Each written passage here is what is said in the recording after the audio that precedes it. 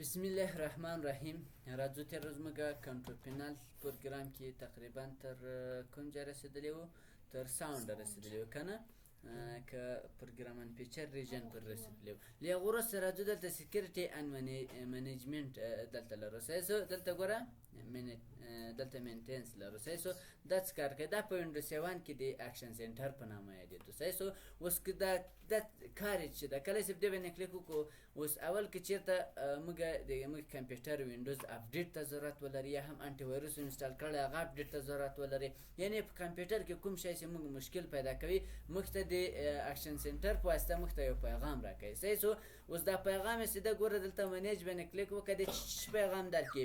دلته اوس ګوره دا ورته غیر فعاله شوی، کولی شي د وینډوز اپډیټ پیغام نه درکوي. دلته انټرنیټ سکیورټي سیټینګ پیغام درکوي، نیټورک فایروال پیغام درکوي. دا کوم شی چې ورته ټیک مار دې پیغام درکوي، یا کوم شی چې نه ټیک مار هغه پیغام نه درکوي. کولی شي مثال دا ورته غیر فعاله کړي، دې پیغام هم راکوي، د انټرنیټ هم راکوي، او دا ټول ورته برابرولی شي. نو له هغه وروسته دلته چینج یوزر کنټرول ده. اوس تا ته څومره پیغام درکړي؟ که چېرته مثال د تاسو هغه چې د مثال کوم فایلونه یا مثال ویروس خپله وینډوز چې ده دا ویروس وږي، نو دلته ګوره آلویز نوټیفای کلیک کړه، یعنې که چېرته کم زره مشکل هم ماته یو پیغام راکړه، او که چېرته نیور نوټیفای ورته کلیک کړي نو دا بیا بیخي پیغام نه درکوي. نو دلته هغه درجه ورته ښودلی شي چې مثال څه وخت درکوي. آلویز همیشه چې هر رقم یې درکوي، او که آلویز ورته کلیک نه کړي نو بیا یې نه درکوي، کم ورته تعینولی شي. او که چېرته مثال ویو میسیج باندې کلیک وکړي، دلته هغه میسیجونه تا ته ښیي چې دلته یې درکړی نو تر اوسه پورې د موږ وینډوز کې کوم مشکل نه دی راغلی، دی هم میسیجونه نه دی راته ښودلی. دې نه بېرته راځم، دا باک کوم. له هغه وروسته ساوند خو میله انشاءالله سپیچ ریکګنیشن وایي، په دې باندې خبرې کوو. دې باندې کله چې کلیک وکړي، اوس که چېرته مثال خدای نخواسته تاسو لاسونه نه یي نو بیا کمپیوټر چې ده یو هغه جوړه کړې چې مثال باید کار وکړي. نو څنګه کار؟ خو تاسو به ډېر دقیق سپیل کوئ. اول دلته سټارټ سپیچ ریکګنایزیشن باندې کلیک، کله چې کلیک وکړو ګوره دا صفحه راخلاصېږي. دا صفحه اول هم کار کوي چې خو هغه دلته سیده بیا ټراین یور کمپیوټر ټو بیټر انډرسټاند، دلته به بیا تاسو ټراخ کوي، امتحانوي. کله چې امتحان کې تاسو غږ به دې سره ثبتېږي، کله چې سم ډول دا غږ ټول ثبت کړو نو بیا به تاسو خبر سمه مني. او که اوس داسې ورته انتخاب کې هم کار کوي، خو بیا هم خبر سمه نه مني، ځکه تاسو دغه غږ سیده دا سم نه پېژني. اوس ګوره زه دغه کلیک کله چې کلیک کړو، اوس ورته چې لاړ شه ډیسکټاپ صفحې ته ځي. ګوره ګو ټو ډیسکټاپ ریکارډ باند شو، خو خیر د ډیسکټاپ صفحې ته هم لاړ. یو مثال بیا ورته راسم، اوپن ورډ. ګوره دا چې راته راخلاص کړو، دا خو یې هغه راته راخلاص کړو. خیر بیا راځم دا کلوزوم، کله چې دا کلوز کړو، اوس راځم دلته موږ لرو لیسن ده. اوس دا باید په لیسن کې تاسو باید ورته ووایئ. اوپن ورډ پاټ، اوپن ورډ پاټ. نو دلته سمه خبر نه مني. تاسو په دا کلوز کې کله چې دا کلوز کړو، له هغه وروسته تاسو دلته ټراین یور کمپیوټر ټو بیټر انډرسټاند، یعنې چې ښه وپوهېږي. دې باندې چې کله کلیک کړو، له هغه وروسته نیکسټ لرو. کله چې نیکسټ کلیک وکړو، اوس تاسو دغه مرحلې درکوي. ګوره دغه جمله درکړه، دا به تاسو وایي. اوس د کوم یو داسې سم تیز ریډینګ دی، دا باید زر زر ووایي. کوم یې وایي؟ څوک؟ ښه وایه، ته یې وایه. مو په دې کې خو داسې نر نسته، صبر وکړه. اوس ګوره وایه. The way we speak affects the way we communicate with each other. On the telephone and movies and on the radio, television and the internet. Separated by the mouse and keyboard. Speech is slowly becoming one of the primary ways we interact with computer. لږ به یې تیز تیز ورته وایه چې دی لږ د غږ واوري، پوه شوې. او دلته ګورئ، دلته دې ریزیوم کېږي، یعنې که چېرې ستړي کړئ ریزیوم باندې کلیک وکړه نو بیا یې ادامه درکوي، بېرته کلیک وکړه بیا پلی کېږي. او دغه خط له دې ځایه باید بیا یې له سره روشن او خاموش کړه، بیا یې هغه وکړه ګوندې سم شي. ښه شروع کړه. The technology that allows us to control computer via speech is still very new. Especially when you consider that the ultimate goal of speech recognition technology is to make talking to computer as natural as talking to another human being. This requires the computer to both be able to understand human speech and to simulate human speech. Understanding human speech is called speech recognition. We understand a sentence by judging how likely it is that certain words will appear next to each other. The more different things a computer has to listen for, the harder it accurately recognize what a person might say. On the telephone, caller is accepted to respond to a prompt with a conscious information. With a conscious information. In this case, the software usually knows actually what to listen for. Rather than enter this dictation into the current program as text. This concludes that speech recognition background information training session. To learn more about speech recognition, look in the help documentation for speech. ګورئ دغه خو خلاصه صحیح شو. دلته به تاسو کوشش کوئ دغه خط تر اخره ورسیږي او کوشش کوئ چې سم تلفظ وکړئ، ځکه که چېرې دلته څنګه تلفظ وکړئ نو بیا دوی خبره هماغسې مني. صحیح شو. که سم تلفظ ورته نه کوئ بیا تاسو خبره هم سم نه مني. له هغه وروسته به دا نیکسټ کوئ، له هغه وروسته ګوره دا سینډ کله چې فعاله شي سینډ به کلیک وکړئ، له هغه وروسته راځو ګوره په دې باندې فقط کلیک وکړئ، له کلیک څخه به وروسته ګورئ تاسو دا راخلاصي. اوس فقط تاسو هر څه چې ورته وایئ دی چې ده مني. اوس ورته وایئ چې ګو ټو ډسکټاپ تر هغو پورې نه مني دلته به یې چلندوي، کله چې کلیک وکړو اوس ورته وایه go to desktop. ګوره ډسکټاپ صفحې ته ولاړ که ولاړ نه خو دلته اتوماتیک ریکارډ باندې شي. اوس ورته وایي وورډ پروګرام راته راخلاص کړه یا ورته چې اکسل پروګرام راخلاص کړه. اوپن اکسل. صبر. Open Excel. وایه Open Excel. نه سم ورته وایه چې دی ومني. Open Excel. صبر. دا نور غږونه باید دغه نه شي، کله موږ نه غږیږو بیا ته ورته وایه Open Excel. نه ډېر لرې لږ ورته نږدې شه. Open Excel. نه خلاصې ګوره خیر زه ورته وایم اوپن اکسل.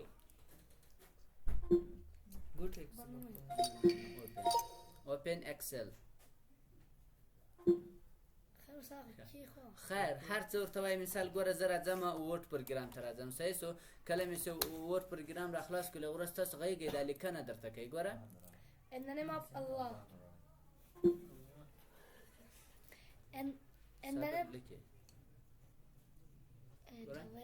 I am happy. ګوره I am happy. صحیح شو. اوس دا پښتو چې غږیږي دا هم دی دغسې توکلي شیان ورلیکي. ګوره دومره وغږېدم پرېږدم ګوره دا لیکه وینې دومره یې ولیکل. صحیح شو. توکلي لیکي. ورته I am from Afghanistan. I am of Afghanistan. سر خو خلاصېږي نو سم ورته غږیږئ. اوس هم سپیل سره غلط کړی ځکه دی سم کار نه کوي. صحیح شو. نو تاسو ورته غږیږئ نو دوی به خط ده لیکي. صحیح شو.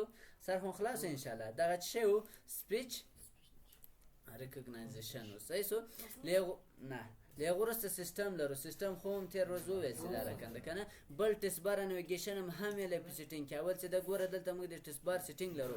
اوس موږ دلته ټیسټ بار ته راسه کله چې ټیسټ بار ته راسې دغه د سټارټ بټن لرو سرچ لرو او دلته ګوره دغه مکمل شیان دلته لرو. دا اوس غواړی که نه غواړی دلته ورته دغه ویجیټ چې دا ماته مخه کلیک دا غیر فعاله که. اوس راسه ګوره دلته سته نسته ورک شو بیرته په دې باندې کلیک وکړه ګوره دا به بیرته راغلی اوس ګوره دلته راغلی که نه ده راغلی اوس غواړئ دا چاټ ورک کړي چاټ هم دغه غیر فعاله که اوس راسه چاټ څه شو ختم شو بیرته دا ورته فعاله که دا به بیرته راسي صحیح شو یا هم مثال ګوره دلته لاندې راسه که چېرته غواړئ مثال دلته دغه هغه ټچ کیبورډ ته مو ویل که منه دا یې که نه یې کلیک وکړه هغه بیا ښکاري چې دغه کمپیوټر کې کار نه کوي صحیح شو یا دلته ګوره دلته ټس بار ته راسئ دغه ځای کې مثال دغه ځای کې څه شی غواړئ اوس ګوره دلته راسئ فقط دا ساوند او دغه شیان دي که نه مثال غواړئ چې یو بل شی هم اضافه کړئ د سنیګټ هم اضافه کړئ یا وینډوز اپډیټ سیسټم هم اضافه کړئ نو دا به په دغه ځای کې بیا اضافه کړي ګوره دلته اضافه شو که اضافه نه شو نه غواړئ بیرته کلیک وکړئ دا بیرته ځینې ورکولی شئ صحیح شو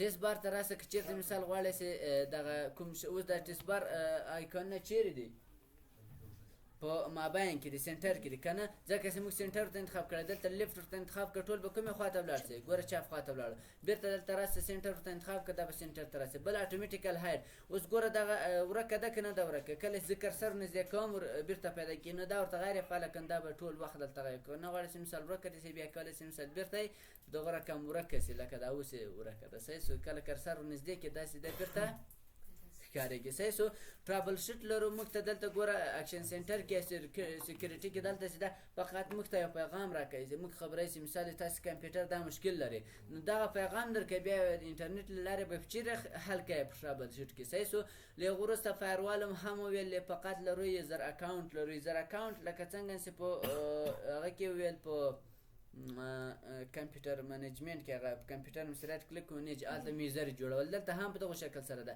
اول د دغه نوم څه ده دلته محبوب خان لیکل ورته د دې نوم راته چینج کړه چینج ور اکاونټ نیم باندې کلیک وکړه دا ورته یس کله چې یس کو اوس ګوره دلته ورته لیکه چې دا د چا په نام کې د خالد په نام کې نورلا متوجه نه دا چینج نیو باندې کلیک وکړه په چی باندې سو خالد باندې سو کو غواړي چې د دې ټایپ چینج کې موږ په څو ویلې چې ضرب څو ډول ده درې ډوله ده صحیح شو یو سټنډرډ د بل اډمنسټریټور د بل ګیسټ یعنې میلمه ده اوس اډمنسټریټور او سټنډرډ څه کار کوي اډمنسټریټور اوس دغه کوم یو یوزر ده اډمنسټریټور ده صحیح شو سټنډرډ هم کولی شي خو دلته نه شي چینجولی کله چې تاسو جوړوئ نو بیا په هغه ځای کې کولی شي مثال سټنډرډ او اډمنسټریټور ته انتخاب کړئ صحیح شو اوس سټنډرډ څه کار کوي که چېرته مثال یو اداره رئیس ولري مدیر ولري کنه هغه رئیس څنګه هر کار کولای شي که مثال په د اکاډمي بیخي مثال ختمه یا مثال یو کار کې کوي د خپل زړه کار کوي چانه مشوره نه اخلي کنه خو هغه مدیر سیده یاره باید رئیس سره مشوره وکړي نو که چېرته تاسو کمپیوټر کې دغه کوم یوزر چې د اډمنسټریټور